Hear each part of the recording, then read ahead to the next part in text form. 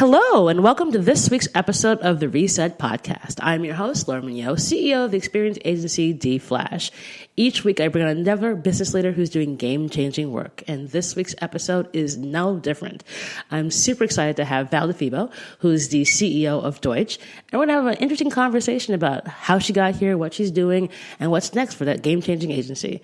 Take a listen. Hey, Val. Hi, Laura. Great to see you. Good to see you again, too. It's fall. Good Lord. It's fall. How is it November? I don't understand. I know. That's okay. It's all good. Yeah. We're going to power through the next six to 8 weeks and start a new decade, and it'll be fantastic. So, every episode... I hadn't thought about that, actually. A new decade. I hadn't even thought about that. Okay. Someone reminded me that the other day, and I was like, could you not? Because, no. Also... It's weird because I'll be changing decades in 2020, so I'm like, oh boy. Okay. All right. Congratulations. So we look forward to that. It's going to be your celebration. Yes, it's going to be a fabulous year. Okay. But everyone on the show has the same first question. I'm always fascinated by the answers, and I think yours will be no different. Val, what was your first job? My first job was really waitressing. I was a waitress at the New York Athletic Club at their summer venue, and my job was to make sure people got their food on time. And so I when I was interviewing for real jobs, after college, and I wanted to be in advertising, people would say, "I don't get it. How does waitressing relate back to what you want to do?" And I'd say, "Well, as a waitress, I had to." Listen to what people wanted to eat because I had to make sure I understood what their preferences were. And we had repeat customers. So I got to know the people. I got to know my customers, what they liked. I would tell them, don't eat that today because that thing was made a week ago or whatever. You were honest? I was honest, and I was, I felt like I had a one-on-one relationship with a lot of my customers. So... You had to manage their expectations because if the kitchen got behind, you didn't want people getting mad. So you'd figure out how you were going to deal with that, whether you offer something for them to sort of nosh on while their food was getting made, or you just said, look, this is what's happening. Most of the time when people know what's happening, they're pretty accommodating, and I think they just like being told sort of the truth. And so a lot of my early lessons came from that job, apart from the obvious, which all waiters and waitresses talk about. You have to work very hard on your feet for a lot of hours. And that's just the way it is. And so, or you didn't make money. Exactly. Right. But the figuring out what people need and then finding solutions all come in really handy in this crazy, nutty world that we call the advertising business. Absolutely. And I think, from my perspective, I have clients, right? We have our own clients as an agency, but then all of our brands have customers. And so being able to, and people who buy their products, so they have the Walmarts of the world that sell their products, but they also have the people who buy their products. And so it's always important, I think, to listen and understand what people need so that you can modify your conversations based on what people, where their interests lie or what they need from you, not just blah, blah, blah, So I think I learned that early. Awesome. So you're CEO of one of the biggest, coolest agencies around. How does that all happen? You mean, how did I get here? Yeah. So... look, I think it's a hard work for sure, but for me, it was always kind of pushing above my weight. And so being interested in kind of how to make the agency better, what can I be doing to make our clients' businesses grow? And so I never really had my eye on being the CEO. That wasn't my goal. My goal was think about how I can be contributing. How can I build better teams? How can I hire better people? How can I train people? How can I network?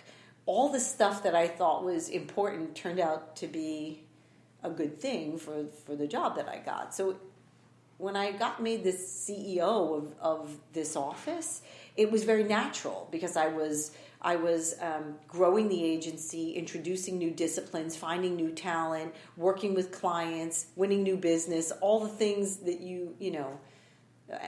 and managing the P&L, which is important. It's kind of important. Yeah, it's kind of important to make sure we're making money, right? But if you understand what the clients need and the kinds of thing the agency needs, then you balance those two things, and generally speaking, your P&L, works out, unless you're making some big bad choices. So anyway, that's kind of how I got here. So early on, you've been at Deutsch for a long time. What was that like? Because the world changed so drastically from like the early 90s when you guys were first starting out to now. What was that world? That world was, similar in some ways and dissimilar in many, many more ways. But what the similarities are, we had lots of clients with lots of communication needs, and always this desire to talk to an audience to get them to understand what's great about their product and buy it. So that's not really changed, right? But now we have a whole new world open to us from not only the media channels, but how we talk to people. Now we have influencers. We want advocates. And advocates doesn't just mean when you're at a dinner party, you say, 20 years ago, you'd say, oh yeah, I use Tide. I drive an Audi, a Subaru, whatever. Now you're going online. You have, there are followers everywhere. You're writing reviews. People are writing reviews. There's a whole world of people listening out there that weren't listening before, and there are many more places to communicate. So when I first started working here on Swatch, we did a lot of work in department stores to put signage up about why our swatches were different, right? And now we literally have to communicate to people on more of a one-on-one basis around, using data. What does that person need? What does Laura need to know to be able to change her mind or make an additional purchase, right? And so it's a very different world. It requires very different disciplines, different people, different tools, different research. It's a brave new world out there. Well, it's fascinating because you think about it, and now it's brands now have to stand for more than they ever had before too. Mm-hmm. Because it's not just, okay, I'm going to buy this because I think it looks awesome, but I want to buy this because this brand aligns with my values. Right. And that's something that 20 years ago I was kind of maybe, but not. Now it feels like there's more of that. Yeah, I think maybe, if I think about a while ago, right, you would look at a big company like a Procter & Gamble or Johnson & Johnson, and you would say, do those company values align with mine? And that's because they were doing big things like sponsoring the Special Olympics or things that you could see on a broad scale. Now you see individual brands who are interested in things that would align with your values. And I think that's different because you can communicate on a much more precise or pinpointed, in a much more pinpointed way. So you see brands sorting out what their own value systems are, and what their own values mean to them, and try to align with people. And I think that's really interesting. And you can tell when it's fake. I was hoping you said that. You were.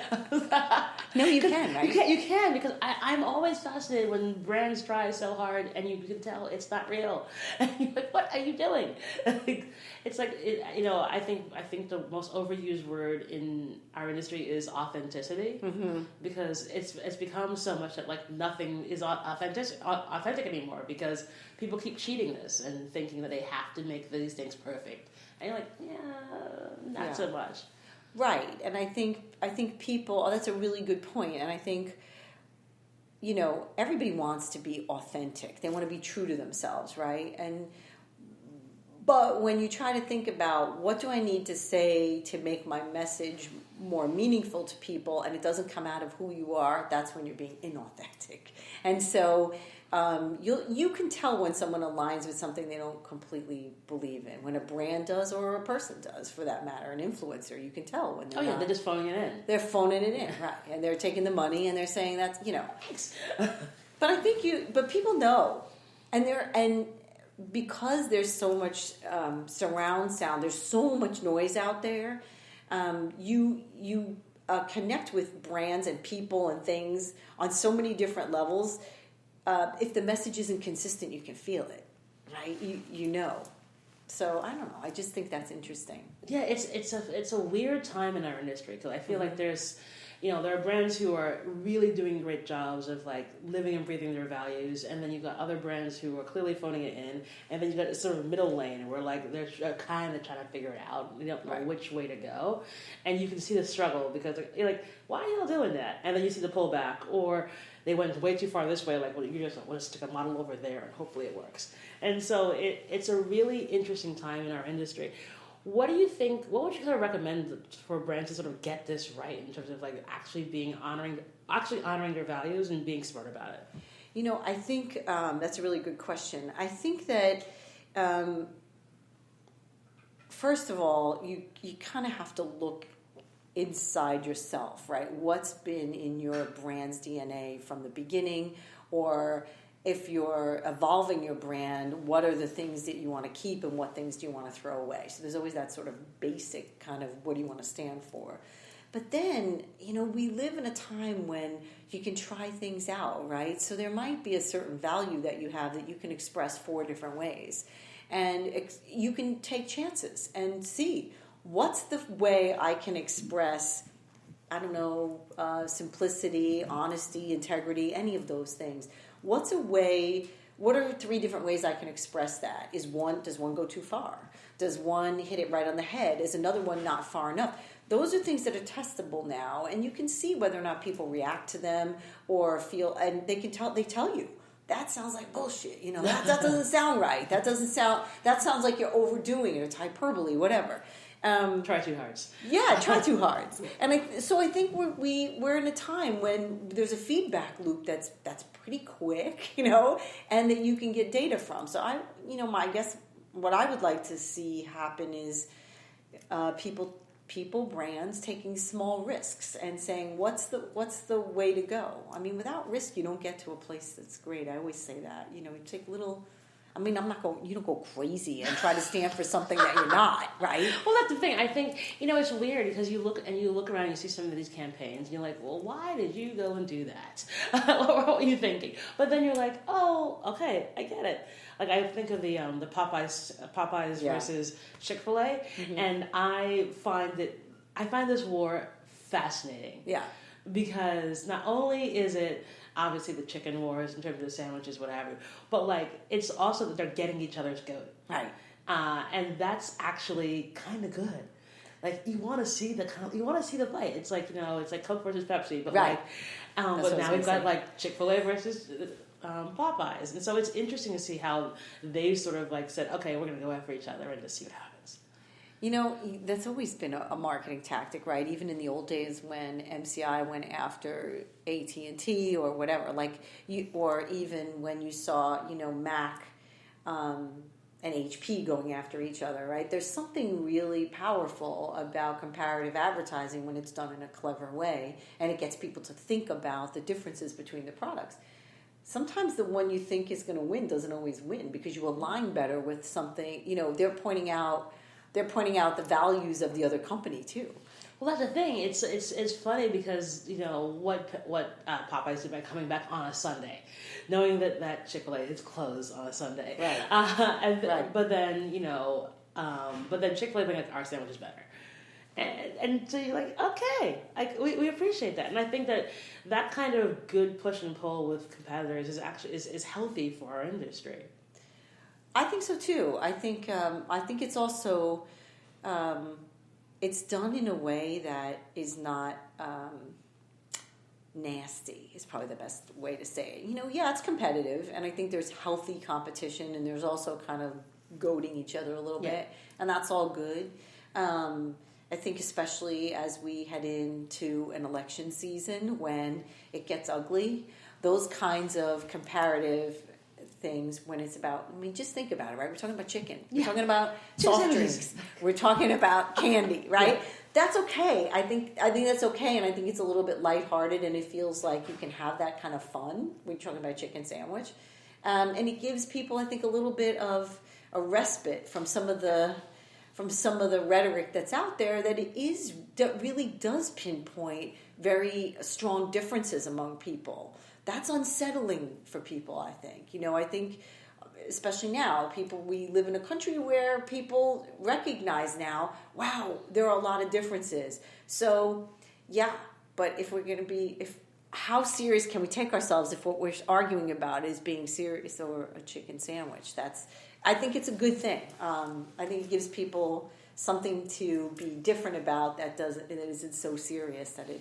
Yeah, I think you're right. There's something about it just being like a little lightness is good. I feel like it's been a little dark, and a little heavy for the last couple of years, and especially in the arguments that you see online. And I think that it was funny to see that like the groups of people who loved one versus the other transcended race, gender, location, right.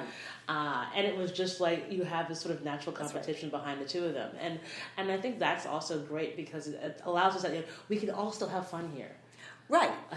And there's not a strict divide that is socioeconomic or gender related or whatever. I think that's important that people see that you can be alike to other people who are not like you. So that's a good thing. I also think when you see people, I don't know if you saw this, but we did. We saw people dressed as Chi-fil-a and as Popeyes for Halloween, right? Okay, so that's a good thing, right? You see people sort of taking that advertising, that messaging that's out there, and saying and being proud about it, and kind of but having a laugh about it, right? It's kind of funny. Yeah, you just gotta laugh about this stuff, and I think that's the thing that is so very important. And I think in the business that we're in, like we're still in the business of having fun here. Like let's have some fun. Yeah. And for you guys, so you've got this agency that's been around for a while. How have you sort of instilled that kind of culture of fun and creativity here within the Deustch? So we spend a lot of time thinking about our culture, and I'd say one of the things that we think is important is to sort of take care of people. So we do a lot of things so that people feel like we understand their needs and that we're empathetic to them and that we support them. And so when you start there and you allow people to do meditation and yoga and cardio fitness at work, and you give them time off to go to doctor's appointments with their kids or soccer games or take care of their pets or whatever. So when you start with that foundation or that bedrock where people feel like you care about them and you have an interest in what they like and what they're all about, once you start there, they feel more safe to be themselves. And that's when the fun really starts, right? Because then they feel like they're in a place where they can express themselves. They're not afraid to be themselves because now they've been given this freedom, this permission to kind of do the things that make them feel good and are good for their families, good for themselves, good for their extended families, whatever that is. And I think that feeling of whether it's safety or self-expression is something that helps them with their creativity, right? So now people feel like their voices can be heard. They sit around in rooms together and they're not afraid that someone else is going to say, that's the stupidest thing I've ever heard. They don't do that. They say, oh, that's different than what I thought, but let me tell you what I thought. And then people laugh because they feel there's a certain, I don't even know if I know how to explain it. There's a certain feeling people have when they're part of an organization where they feel like they're part of the whole and that their voices can be heard. And so I think we concentrate on the former so that the creativity comes out of that. I don't think you can force people. I don't think you can say to people, all right, everybody, we're going to have fun today, right? I think, we actually every Monday morning have these huddles and we tell people what's going on in the agency. We talk about new business. We talk about what's happening culturally. We talk about events we're having. We talk about people's anniversaries, whatever it is. And that grounds people for the week. And we end those with saying, okay, everybody, have fun, go have a great week. And I think that sets the tone for the week. But I don't think if I got up every morning and said, let's have some fun out there today, I'm not sure that you would get a lot of people just presenting fun ideas. I think you hear a lot of people laughing here. People sit at the coffee bar and they work, but they talk. And I think when they talk and they figure out they have similar interests or they can talk about things that inspire them, that's when you start to see some real magic happening with collaboration. It's not something that you can force. It's something you have to foster, support, and nurture, I think. It's so interesting because I was at the mental health day experience for agencies a few weeks ago, and it was this big conversation around agencies and burnout and how companies have been dealing with it. And for you guys, how have you guys sort of seen that universe and giving folks time away, ability to do self-care? Like, what's been sort of work for you guys? So a couple of years ago, we actually did a brainstorming session, and we asked people what they wish they had at work that they don't have now. This was probably 5 years ago. I don't know. It's a long time now. And people said, it's so stressful. This business can be so stressful. You have to come in early. Your clients call you all night. You know that you have deliverables. You know that the deadlines are short, whatever. We wish we had some time at work where we could just kind of sit back, exit out, take a breather. Maybe, they didn't know if it was meditation. They didn't know if it was yoga. So we got some consultants in to come in and talk with us about, what is sort of best in class ways to get employees to chill out, to deal with burnout. And we found out that actually meditation and yoga could really help. So we started there. We started offering weekly meditations and weekly yoga classes, and people were showing up pretty aggressively, which was good because it meant they were taking the time out.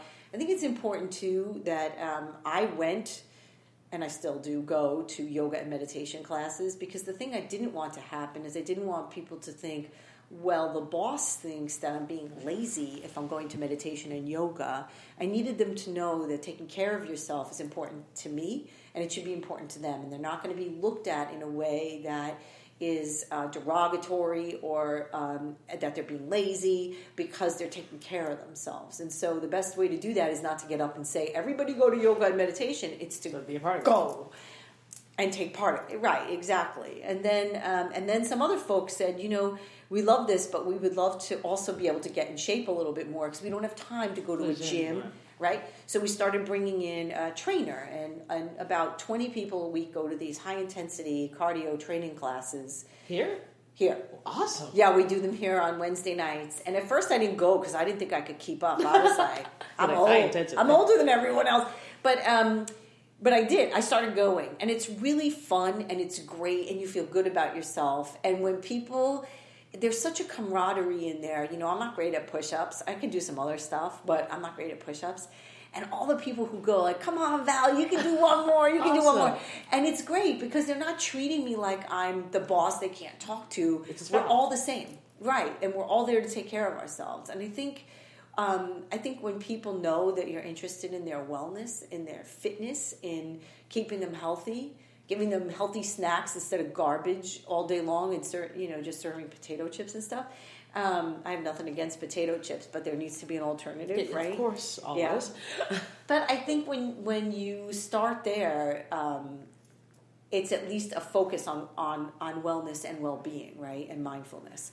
And then I do think that you asked a very serious question around, do you let people take time off? And yes, we do. We're not stringent about... if someone says, you know what, I need a mental health day. I need a mental health week. I need to chill the hell out.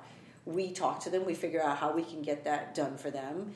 And sometimes, everybody always says it's about parents and it's about people who have kids. It's not just about people who have kids. It's about people who have aging parents, people who have sick pets, people who have friends who are in trouble for one reason or another, and they want to be there to help them. Everyone here can think of a reason why they need a day to take care of things, or a couple of days to take care of things. And I think recognizing that and saying, yeah, we're open to that and we can help accommodate you is a good thing. Some people work a day a week from home. Mm-hmm. Some people don't. I think it depends on how accessible you have to be to your teams. And here, when people say they're working from home, they do.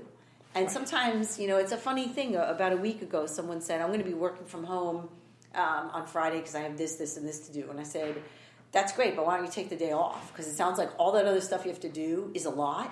And so if we need you, we'll call you. But the truth is, you shouldn't try to work from home and do all that other stuff. You're going to be stressed out. Like, you can't do 15 things at the same time, right? And I think telling people that and making them know it's okay I'll give you another example. I saw a woman come in the other day. I was in the bathroom. It was 11 o'clock in the morning, and she came in with her bag from the street, right? So I knew she just came into work. And she said, I was traveling. I was out of town with the clients. And I said, that's great. And she said, and that's why I'm coming in late today. And I was like, you think that I care that you are coming in late today? Because I don't. I said, I know that you get your work done. And so if you're coming in at 11 o'clock in the morning, I'm pretty sure you have a great reason for it and you're getting all your work done. So you never have to tell me that again. And she was like, oh, I just felt funny because I know you've probably been here for a few hours already. I said, that's right. And I'm sure that you were with the clients till midnight last night. So we're good here. We're good here. But I think, and then that spreads around, right? She'll go back and tell other people, like, you know what? She's not judging me for not being here at 8 o'clock in the morning. And I think that's, and when managers do that, I think it sets a tone for tolerance and accountability, right? We expect you to be grown up and accountable. What a concept. Yeah, because I find it really interesting that this is like within like the last 5 years. Like before, 6-7 years ago, if someone talked about meditation, mindfulness, and such, it was kind of hooky, what will BS. Yeah.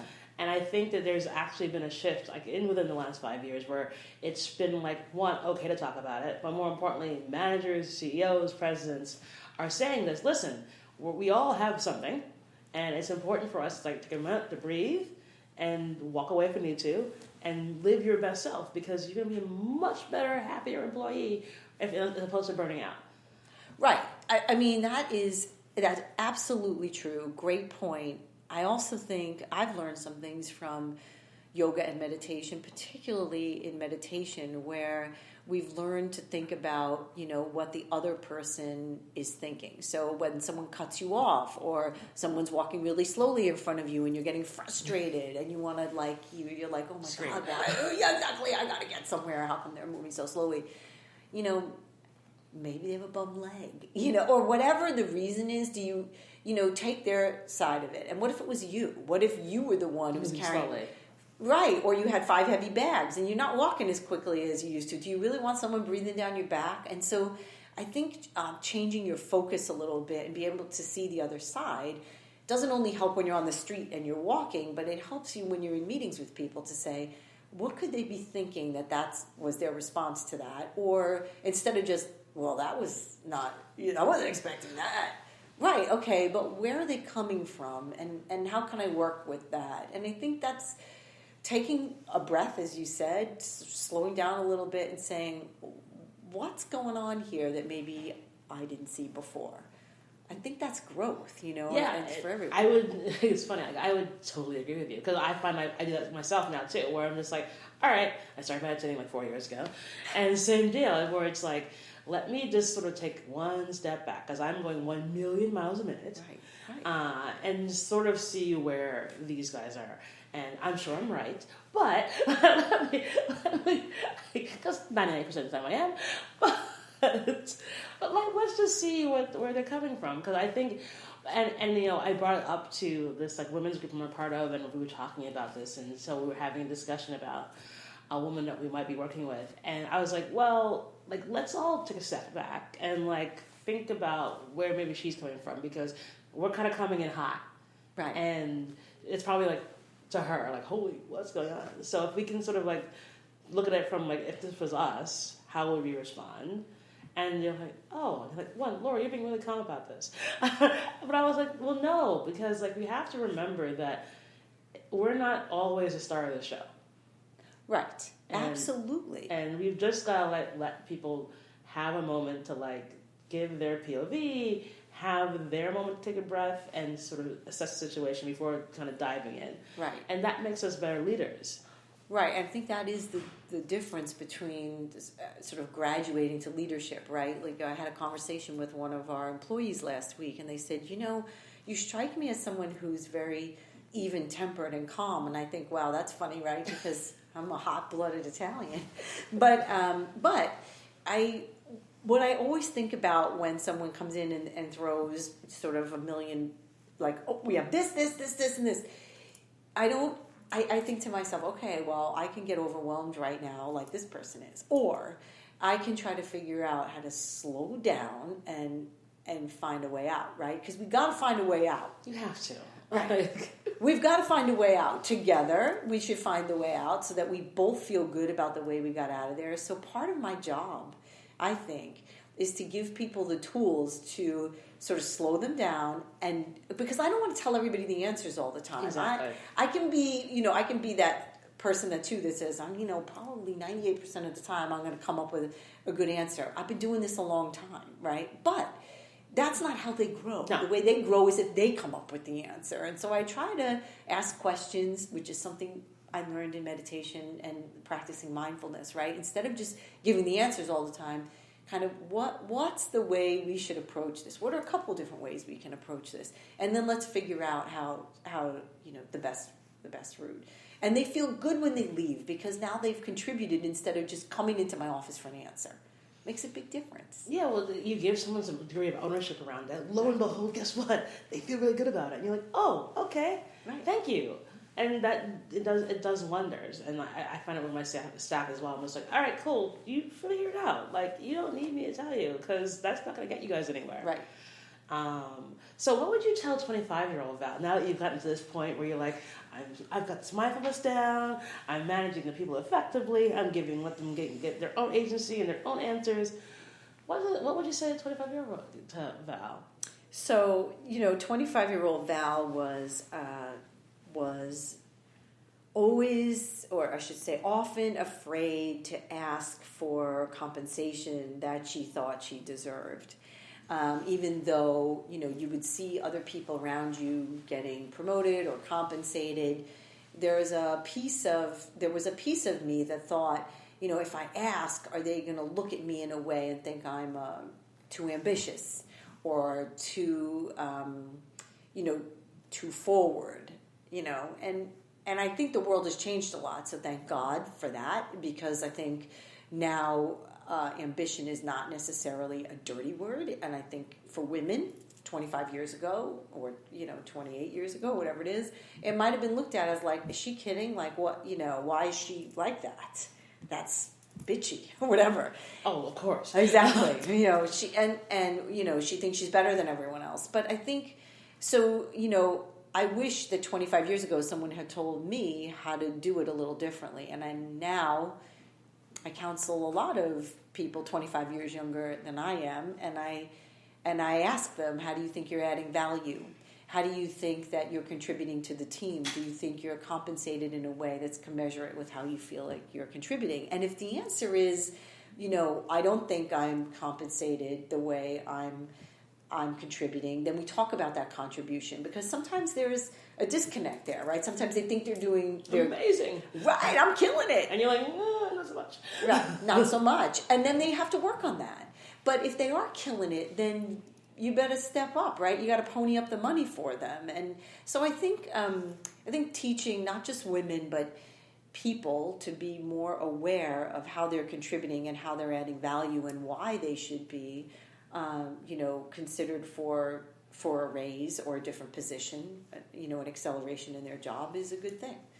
Yeah, it's interesting. I find that like more and more, like in the last 3 to 4 years, I hear more of the conversations, especially around women in business, because they realize, I should, like the guy next to me is making double my salary, and I'm doing double his work. Right.